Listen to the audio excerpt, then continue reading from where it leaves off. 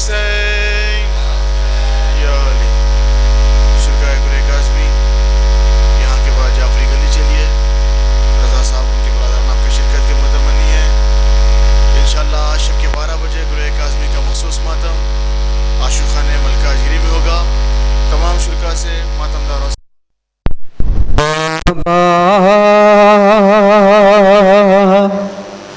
جیگی کیسے سکینہ تیرے بغیر بابا جیگی کیسے سکینہ تیرے بغیر بابا جیگی کیسے سکینہ تیرے بغیر بابا جیگی کیسے سکینہ تیرے بغیر. دشوار ہے بابا جان میں سے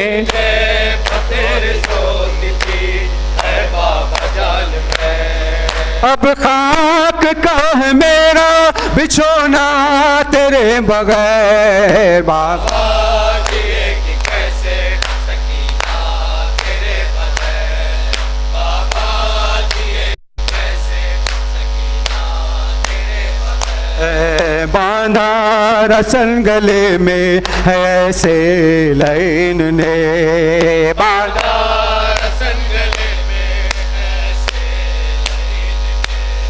مشکل ہوا ہے سانس لینا تیرے بغیر بابا جیگی کیسے سکینہ تیرے بغیر بابا جیگی کیسے سکینہ تیرے بغیر. مدت نہیں لیے مدت ہوئی ہے آگے خبر تک نہیں لیے.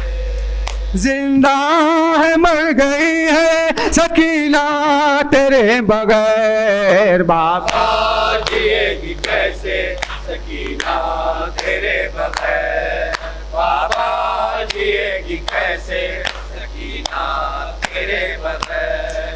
کرتا پھٹا ہے سر پا ردا بھی نہیں رہی کرتا پھٹا ہے سر پا ردا بھی نہیں رہی. کتنی ہوئی غریب سکینہ تیرے بغیر بابا جیگی کیسے سکینہ تیرے بغیر بابا جیگی کیسے سکینہ تیرے بغیر. زخمی ہے کان زخمی ہے رخسار بابا جان زخمی ہے کان زخمی ہے رخسار بابا جان. ایسے میں کیا جیے گی سکینہ تیرے بغیر بابا جیگی کیسے سکینہ تیرے بغیر بابا جیگی کیسے سکینہ تیرے بغیر. لو شاہ شہیدہ کے عزاداروں کا پرسا ایسا ہم فوج بہادر کا تمہیں دیتے ہیں پرسا ایسا شہزادی سکینہ کا تمہیں دیتے ہیں پرسا ایسا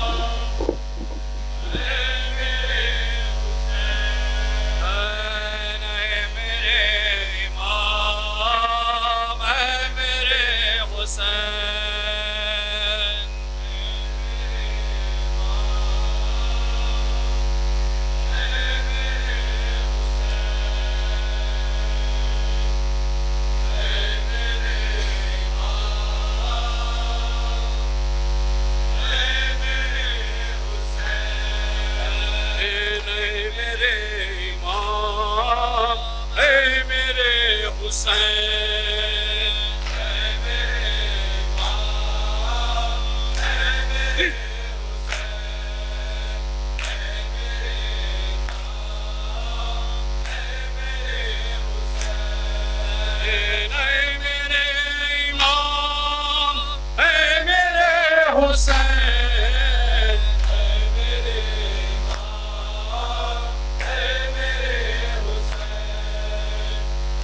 میرے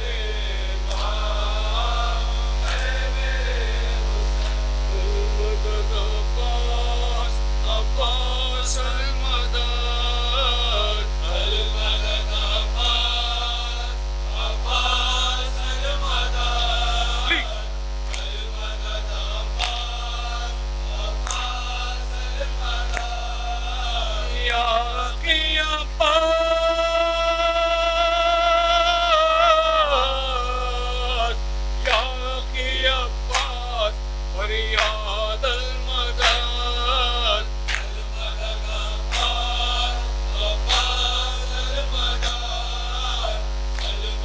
حسین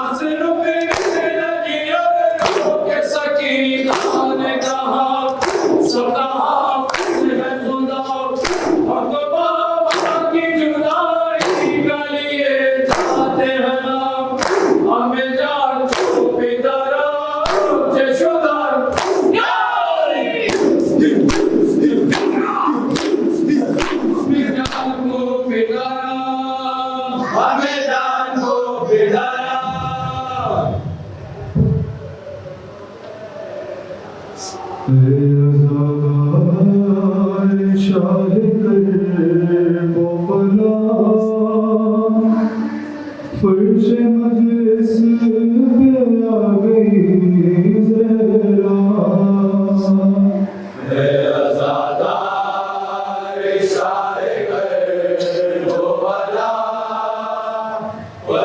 مجلس پہ آ گئی زہرا تم سے حسین کا پرسا فرش مجلس میں آ گئی زہرا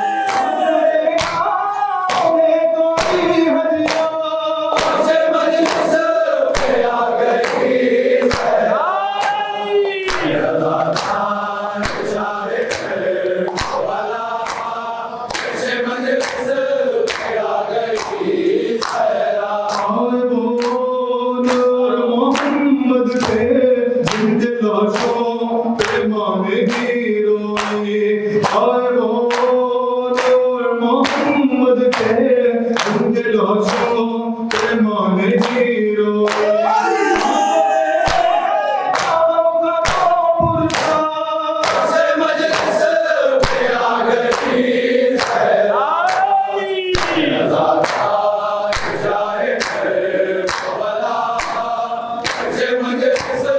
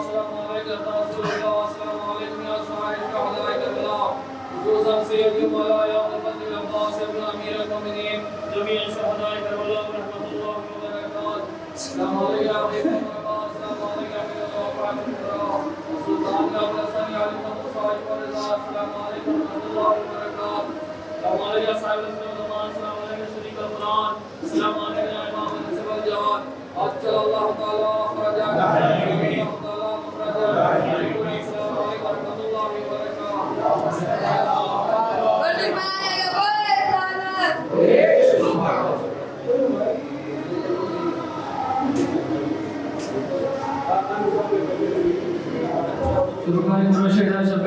اس وقت پنجت نبی کالوی صاحب کی دلی تشریف کے ذریعے ماتم چل رہا ہوں.